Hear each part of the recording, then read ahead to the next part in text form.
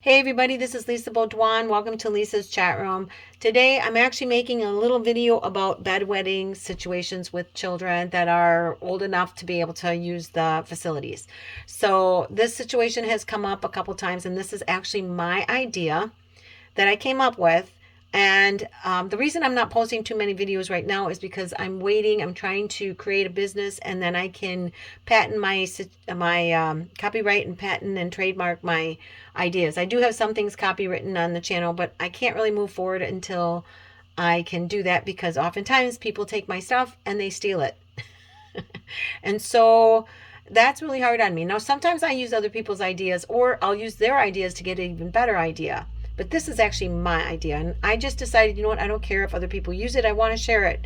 So I hope this is helpful for you. Okay. But you have to know that I'm not an expert in anything, even though I am a medical assistant. I am a clinical person, but I'm not an expert. So anything I share with you, you try it, use it, or buy it. You do so at your own risk and peril. However, this isn't very risky, right? But also, too, I'm not affiliated, endorsed, or reimbursed by any company or product that I talk about in my videos.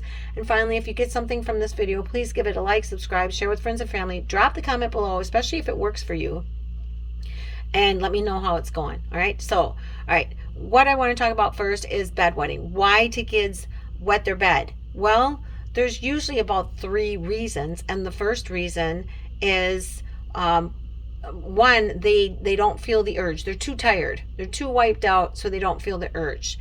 The second is maybe they've been wearing a diaper and they're just in the habit of that diaper. And, remember, kids are growing, and there's this almost like a security, like when you go to bed and you're in a nice soft bed with pillows and stuff, and they've got their little animals and stuff, that gives them security. And so maybe the diaper also lends to that.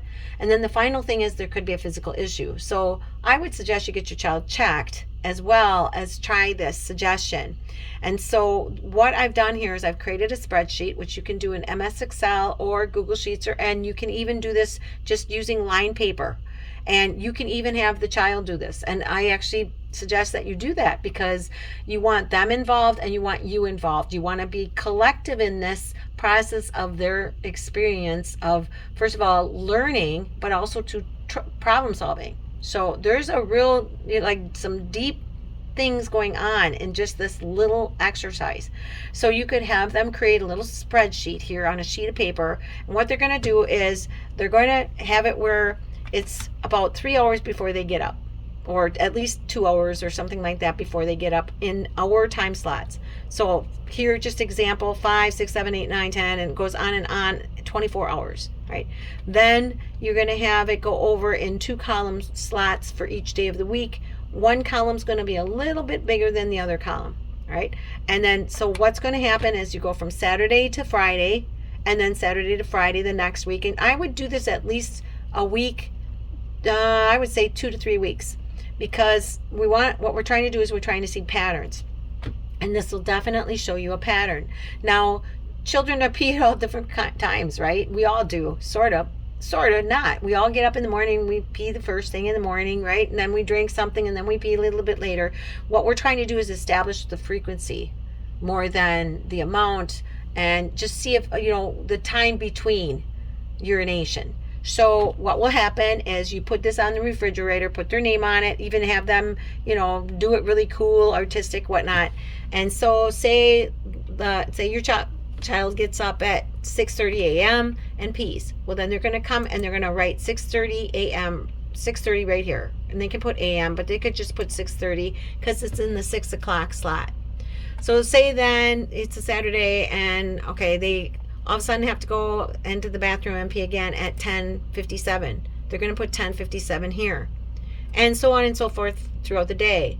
Now what you're going to do is you're going to come here and you're going to figure out the frequency between the time they first peed, the time they second peed, and then that slot between those, and that slot between those times. And you're going to start to see a pattern of frequency with how many times do they go to the bathroom. What does their little body do for the most part? Now, it's not going to be completely accurate, but you're going to see a pattern here. And the most important thing then is you can create a schedule also for yourself down here at the bottom at night when they're sleeping, and you're going to set your alarm. Now, personally, And again, I'm not a doctor, but I, as a mother, as a grandmother, personally, I would let them wear their diaper, and then I would wake them up probably 3 times in the night. I would start with the alarm. I would set it for 11, maybe 3 in the morning, and then maybe 6 in the morning or something like that. 9. If they go to bed at 8 o'clock, I'd set it for 9:30 or 10 o'clock, and set it 3 times.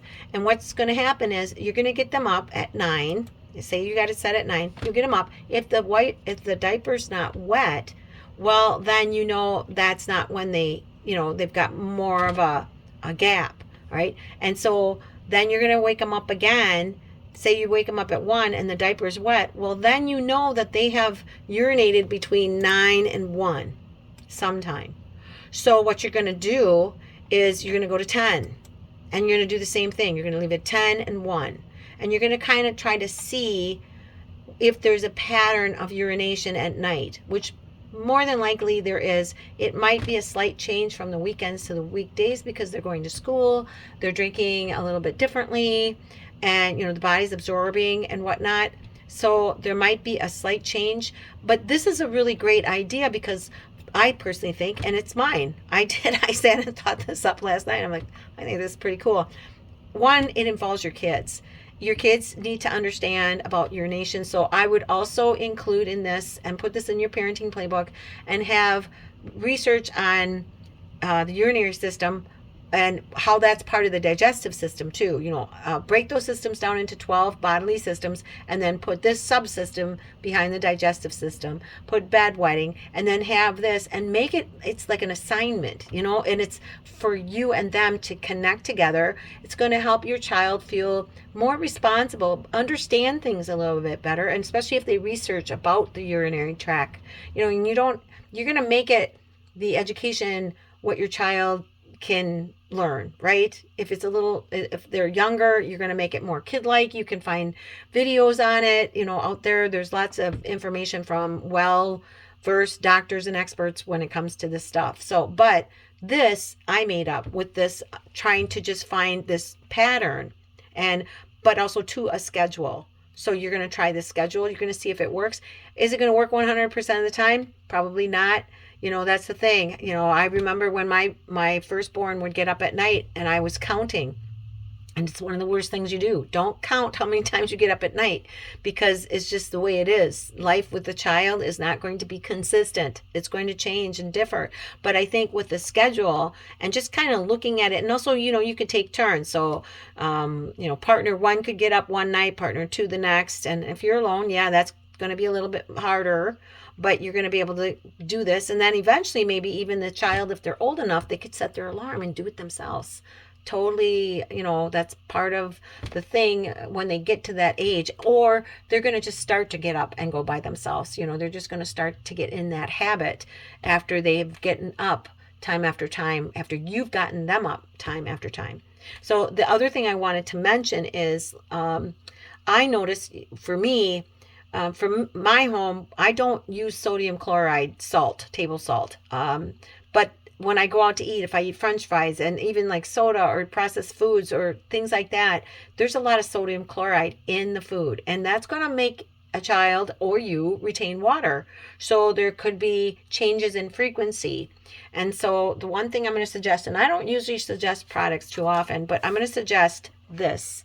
This is my bag of Himalayan pink salt. Now, this claims that it has over 70 different kinds of minerals in it.